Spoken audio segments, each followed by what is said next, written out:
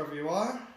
This is John Paul Rye, and today let's talk about the billion-dollar sales point and a few other words that are used to defend The Last Jedi.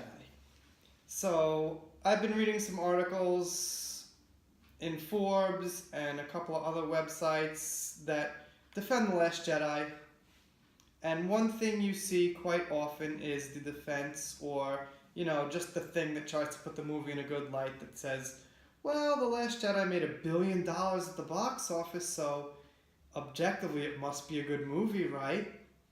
Well, we have to think just for a second why it made $1 billion. And the thing is, it made $1 billion because of A, it's a Star Wars movie, and B, because The Force Awakens left a lot of interesting questions unanswered. I didn't like The Force Awakens so much, but in hindsight, the one thing I think it did well was it left us with some interesting questions to think about. Who is Rey? Who are her parents? Who is Snoke? What's Luke gonna do? How did Maz get Luke's lightsaber? Who are the Knights of Ren? All these things, some still unanswered, but that made you want to see the movie. And you want to go in spoiler-free. These are big questions. This is a franchise, that you love, and you're going to go in and see the movie to get these answers. So that's one of the reasons. Now, if a movie was a thing where you go in, you see the movie, and then you decide if you want to hang your money over or not, we would probably have a very different story on how much money The Last Jedi made. Would it make a lot? Sure. Looks like about half the fans enjoyed it. Some rough estimate, 60%, 50%, who knows? It would have made some money, but it wouldn't have made what it made if we had that choice at the end instead of the beginning. So, the other thing I want to talk about is the word nitpicking.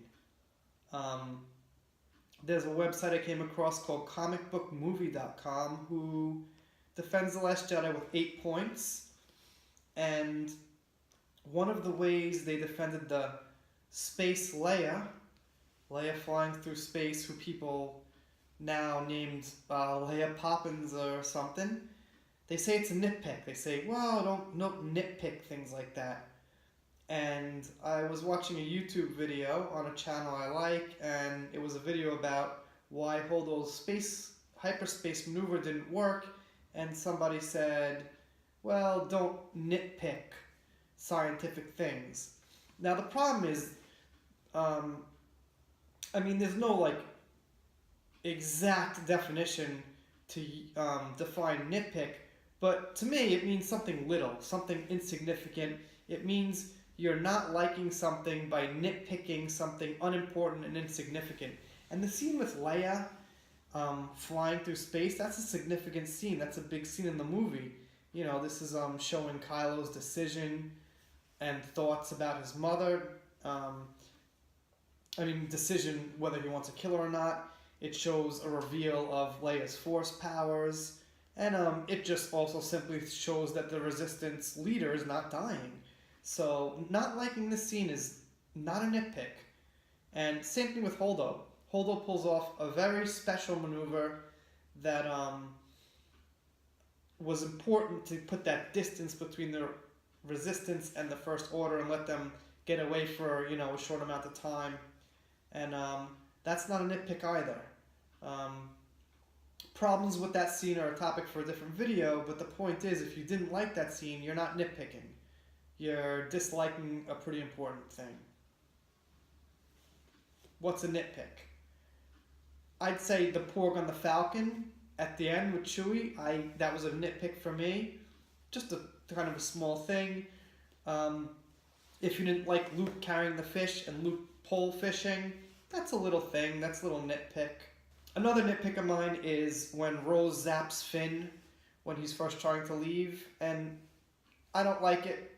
Finn gets smacked in the face by Rey in the beginning of Force Awakens. Now he gets zapped by Rose, and the guy just gets beat around, too much. But that's a nitpick. It's a small thing. It's not necessarily important.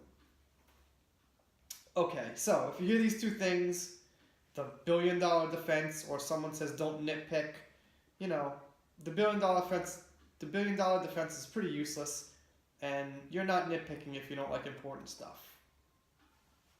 Let's change gears here for a minute. I want to talk about this article I found on a website called Film, who, of course, is defending The Last Jedi because they have a large following.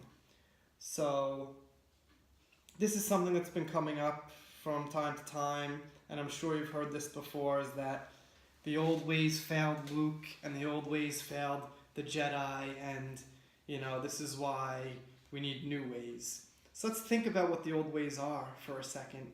I'm going to read this paragraph, and I want to touch upon just one or two other things in it. Johnson is clearly not a fan of the militarized commanding Yoda of the prequels and the animated Clone Wars TV show. This Yoda cackles as he burns down what remains of the Jedi religion, the court jester whose mischief always carries greater meaning. So, what they're saying here is, they're talking about, I think, that Yoda personality that Luke first meets on Dagobah in Empire. And the thing is, we only really see that Yoda once.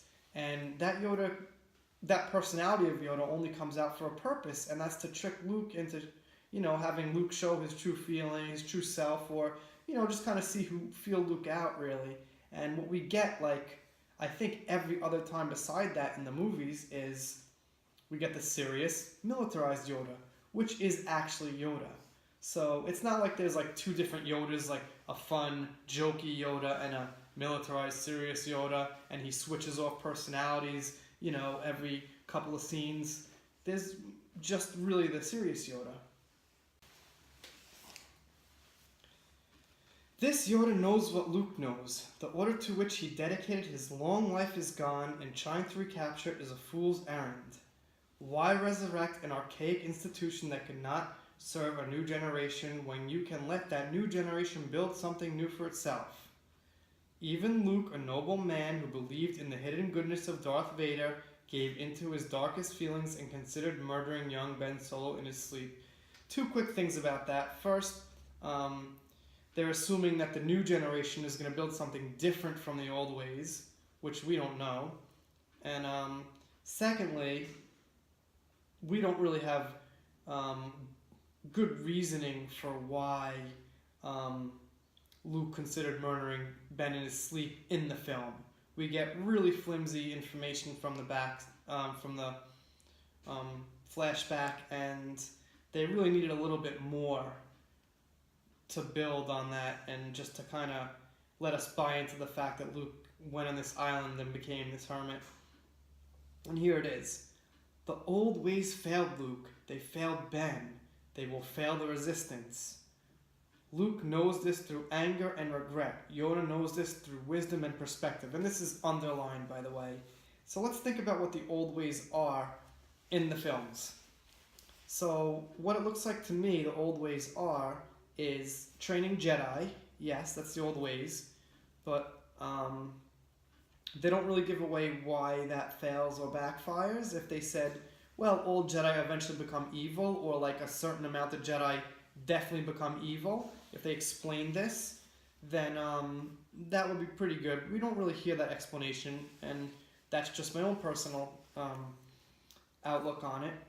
And the other part about the old ways that it seems, is that the old ways are the Jedi defending the galaxy from evil, or not even evil, but just bad people, just people out to do the wrong thing.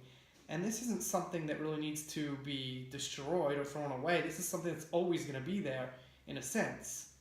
So we have the old ways are training Jedi and defending the galaxy, or upholding the peace in the galaxy. So what two of those things failed? Well, you could say that since Yoda didn't beat Darth Sidious, he failed, but that doesn't mean the Jedi on the whole historically failed. It means Darth Sidious beat those Jedi at the time. So they want you to kind of eat this up like it's definite fact and spelled out in the movies that's going over your head that the old ways failed. And I think there's a lot to talk about what the old ways are, and did they even fail, and what could possibly change. So this isn't something I really want you to eat up either. Just kind of think about it. And those are my thoughts on it. I'll leave you with a short little slideshow piece of artwork. See you next time.